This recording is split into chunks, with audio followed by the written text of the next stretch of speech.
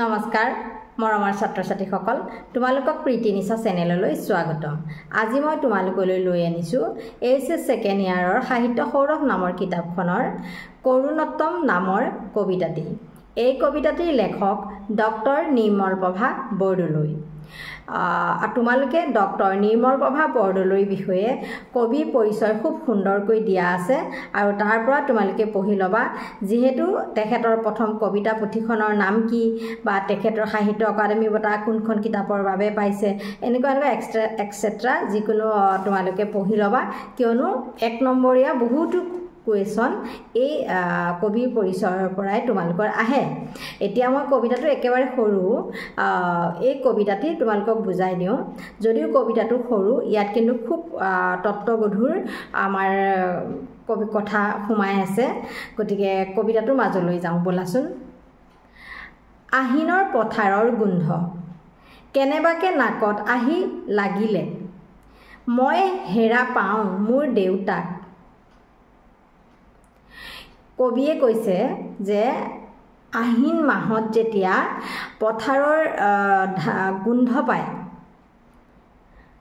তেতিয়া কি হয় বুলি কৈছে, কবিৰ দেউতাকলৈ মনত পৰে।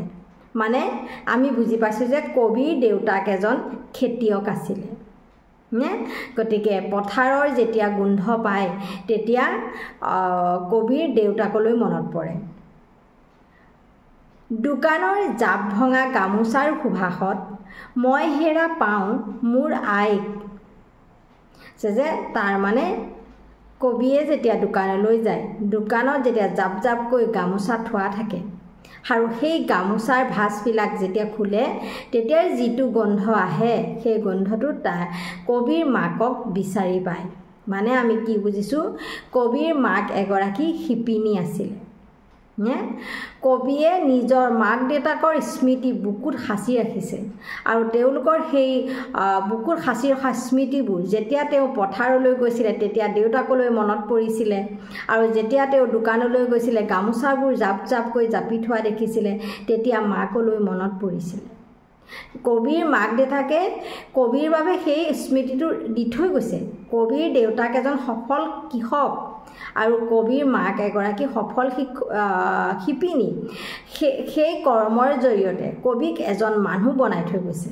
সেয়েহে কবিয়ে আজি তাক পুনৰ স্মৰণ কৰিছে আৰু কবিয়ে কৈছে, মই মোৰ সন্তানৰ কাৰণে কত থৈ যাম ক'ত।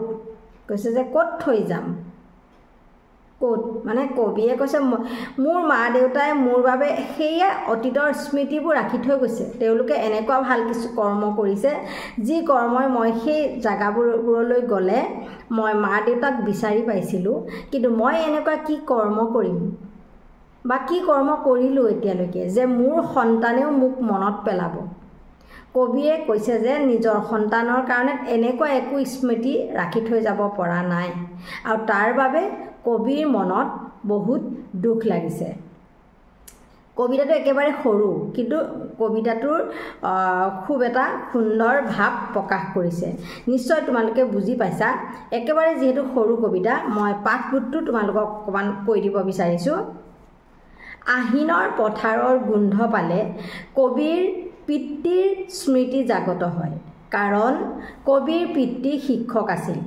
কৃষি কৰ্মৰে তেওঁ জীৱন জীৱিকা চলাইছিল। সেইদৰে দোকানৰ জাপ ভঙা গামোচাৰ সুভাষৰ কবিৰ মনত মাতৃৰ স্মৃতি জাগত কৰে। কবিৰ মাতৃ শিপিনী আছিল। কবিৰ পিতৃ মাতৃয়ে নিৰ্দিষ্ট কৰ্মৰে সময়ৰ বুকুত স্বাক্ষৰ ৰাখি গৈছে। কবিয়ে নিজৰ সন্তানৰ বাবে কোনো কৃতি এৰি যাব নোৱাৰিব বুলি দুখ প্ৰকাশ কৰিছে। নিশ্চয় কবিতাটো তোমালোকে বুজি পালা। একেবাৰে সৰু আৰু সুন্দৰ এটা কবিতা। যদি কিবা বুজি নোপোৱা তোমালোকে পুনৰ কমেণ্ট কৰিবা মোক। আজিলৈ আহোঁ ইমানেই।